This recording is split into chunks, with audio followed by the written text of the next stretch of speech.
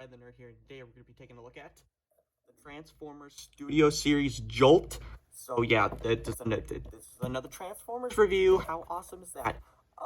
But this is Studio Series, so this is not another Soundwave. This is actually an Autobot because I have not taken a look at an Autobot Transformer in like forever. So it's great to take a break from the Decepticons and take a look at an awesome Autobot, even though that he has like less than a minute of screen time, which sucks. But the last Studio Series figure that I think I reviewed was the Studio Series Soundwave review, and ironically, it's from Revenge of the Fallen. Really nice. So then you have a picture of Jolt there, really nice Studio Series. On the side here, you have a nice picture of Jolt's ugly face. On the back here, you can see him in his lovely Robo Mode and his lovely Chevy Volt mode.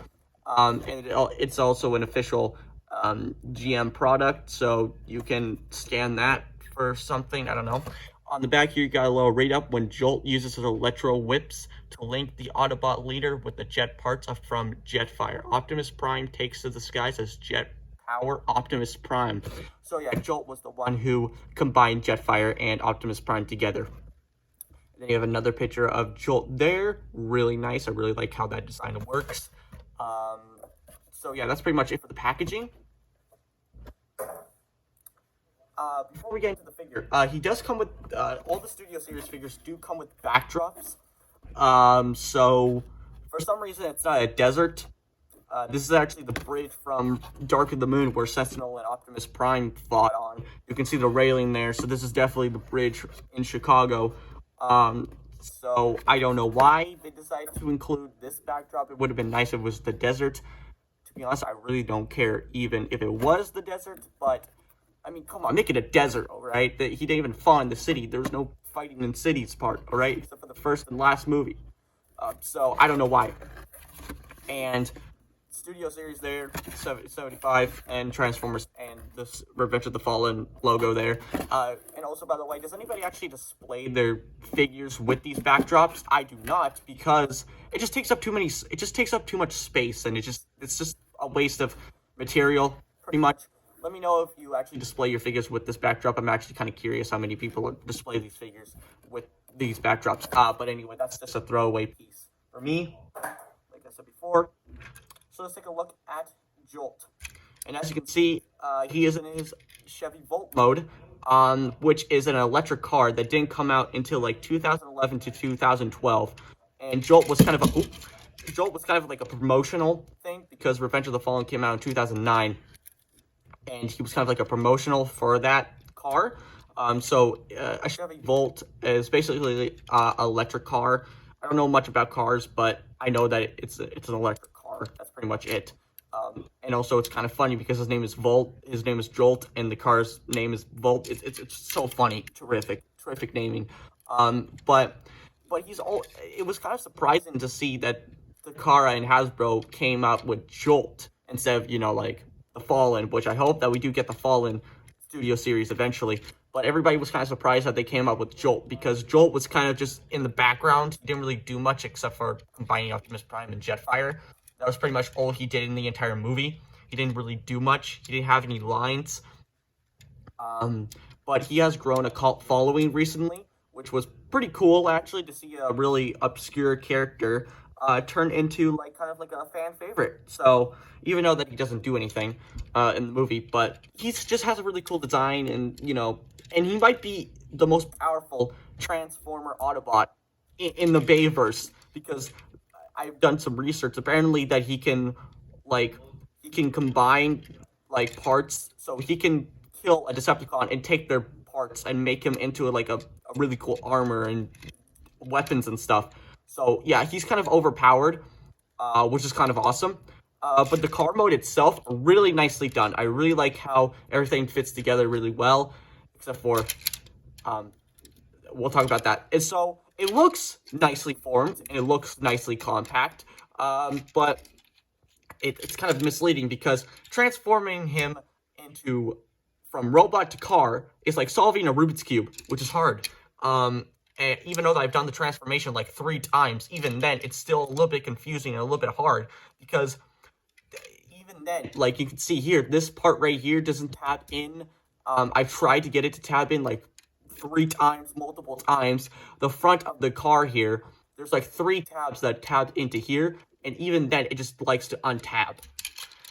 In the back here, this is the worst section because literally you have to like kind of bend it and then squish it in. Even though that it's really nice and it's not going to come off. But I've tried to get it to get everything snap in, but it doesn't like to do it. So I don't know what they were thinking.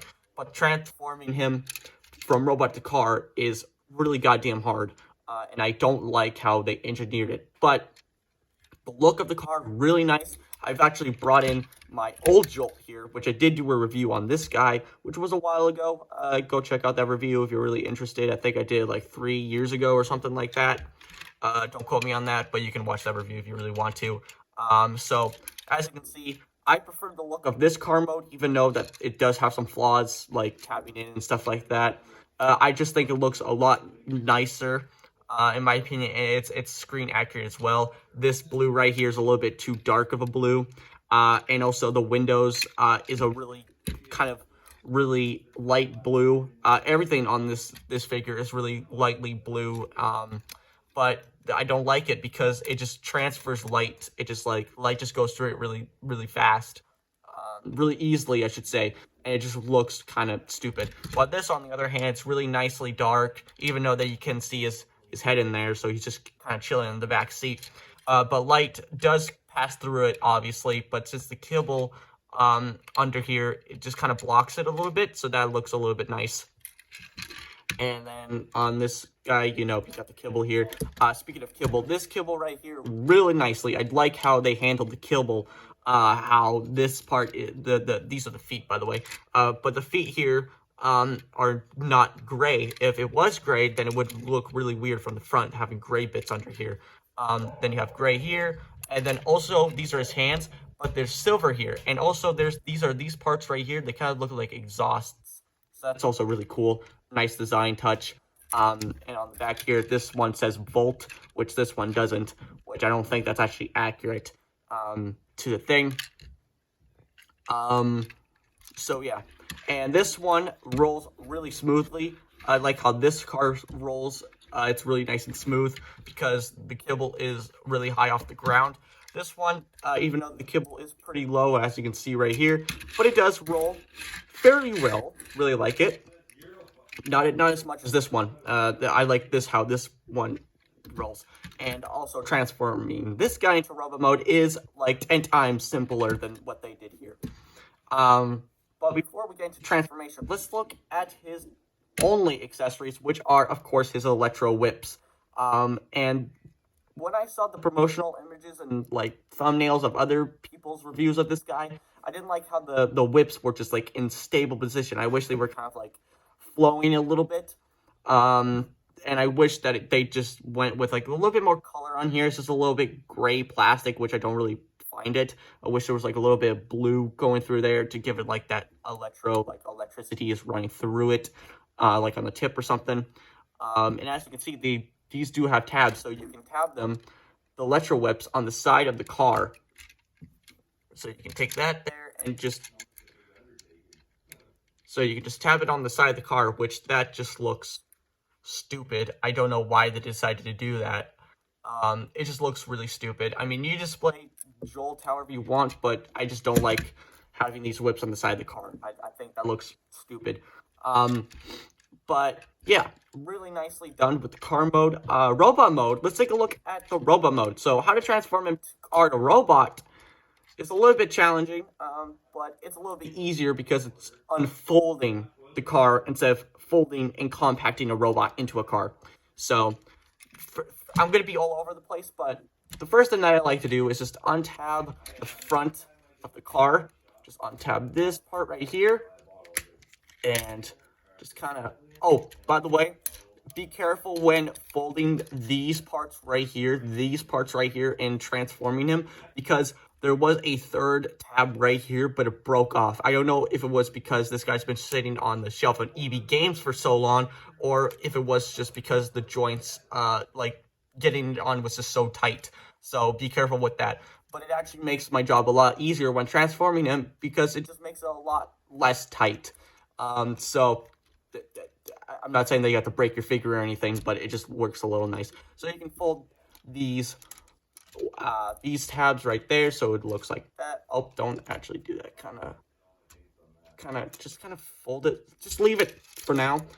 Then just kind of untab this, and then you can see Jolt's there. So you can untab these little things here and just fold in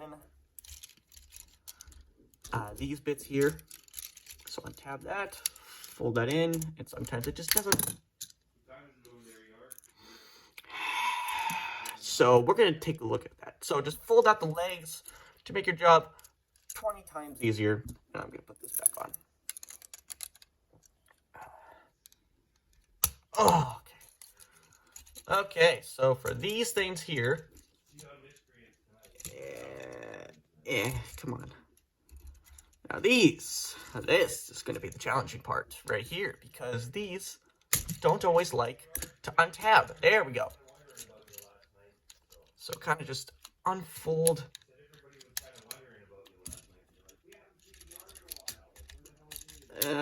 Come on now. I can't unfold it. Come on. This is so annoying. I hate how they made this.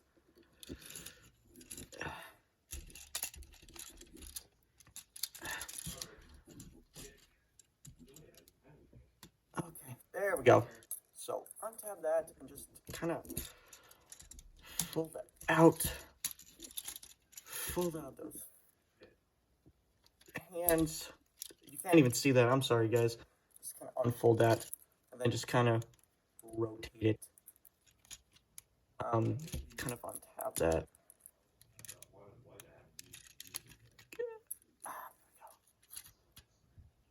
It's also kind of hard because I don't have any, because my nails aren't long enough. If I had long nails, it would probably make my job a lot easier. All right, so just kind of leave it like that. Then for this bit here, kind of want to just there you go. Now fold these bits down like so, and lift this up. Fold this up like so, and there you go. Leave it like that. Then kind of get that crunch working, and then you kind of untabs like that, fold it down like so, and then you can just remove this bit right here and fold that out like so, and you can pretty much display however way you want these car bits to go. So you can have them like that. Actually, I think that's the way it's supposed to go. But to be honest, I just don't care.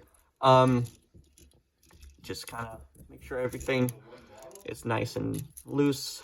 Kind of fold it out like that. All right. So there you have Jolt in his robot mode, which actually looks pretty well after getting through the transfer. Oh, and fold these wheels down. Like I was saying before, really like how this robot mode looks. He has a terrific design. I really like how this design works and looks. But transforming him, after, it feels so rewarding to transform him back into robot mode, because after you're done with the mess of transforming him, it just kind of makes you appreciate how you went through the trouble and effort into actually looking at this beautiful robot mode. Now, most of you are wondering why I'm not complaining about the kibble, because that's usually what I do with Transformers. I complain about the kibble. I think most Transformer collectors complain about kibble. But the reason I'm not complaining about the kibble is because it's accurate to the film. He does have these little side skirts here, and he does have these little wings, or whatever you want to call them, on the back here, and he does have the door side here. The one thing that I don't like is how it doesn't tab in, but it's nice and it's not terribly loose. It's fairly tight, so it's not going to be completely annoying and flopping. But everything else is pretty accurate to the film, as I can see, for the CGI model as well. So really nice how this guy looks. And speaking of looks, he does have a lot of good mechanical detail on him, especially in the chest area and on the arms there. You can see some gears going on in there. Really nice how that looks. Something that's not accurate for the head. He should have a lot more blue around the cheeks area there. And then you can see some actual like tire detail because they couldn't really make the tire fold into the leg. So I like how they kind of folded those wheels down so you can't see them, but you can also see some wheel detail there. Really nice. And then you got some clear parts right there. So that's nice. And very nice mechanical detail all around. Got some more gears on the side there. So yeah, very, very awesome how this guy looks. Another thing to complain about is this right here. Even though that the paint is fairly durable on this figure, I think that after a while, putting the wheels on the bottom of the feet, I'm pretty sure the paint's going to get scuffed up just a tiny bit. So when transforming him back into car, he's going to have some scuff marks on the wheels there, on the rims. So it's not really a great design choice, but I'm glad that they folded the feet down. So because people are going to be wondering, why does he have wheels on the side and then have wheel detail right in the middle of the leg? So I'm glad that they folded it down, but just I'm glad that I don't know if the paint's fairly durable, like I said before, but not really a great design choice in my opinion. What is a great design choice is the articulation on this figure. The articulation on this figure is really nice. I'm actually surprised that they captured so much articulation into this figure. So he does have a ball joint at the head, standard for all Transformer figures. So he can look side to side. He can look up that far and down that far. So he does have a ball joint at the shoulder here, so it can rotate. And this kibble on this, like the shoulder pads or whatever you want to call them, they do get stuck. But yes, he can rotate 360 degrees. And he does have a bicep swivel. Really nice. And he has a bend at the elbow and a bend at the wrist.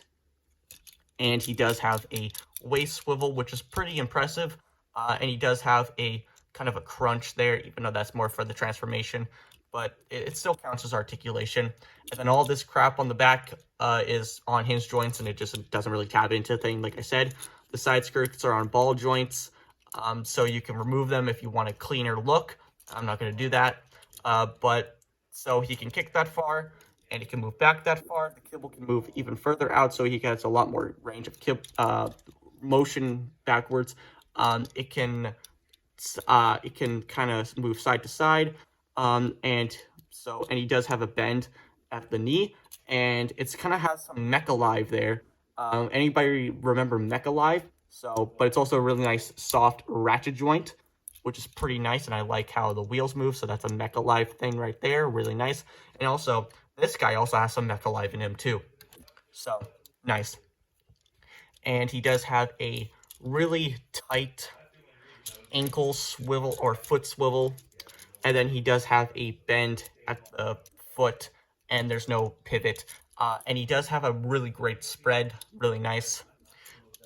So if you're wondering how you attach electric whips, transforming him, I took off his fingers. Yes, this is kind of parts for me, which that doesn't look too great.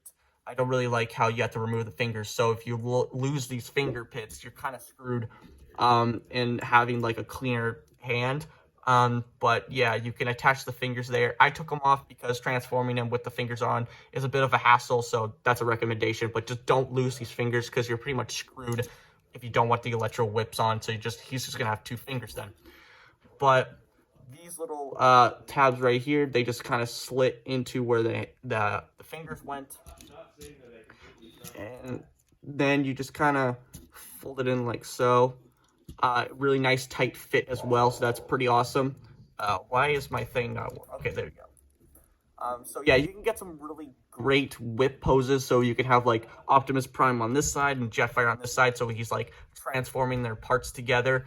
But like I said before, I don't really like how it's a stiff, like I mentioned before. I wish it was kind of like waving or curved or something like that.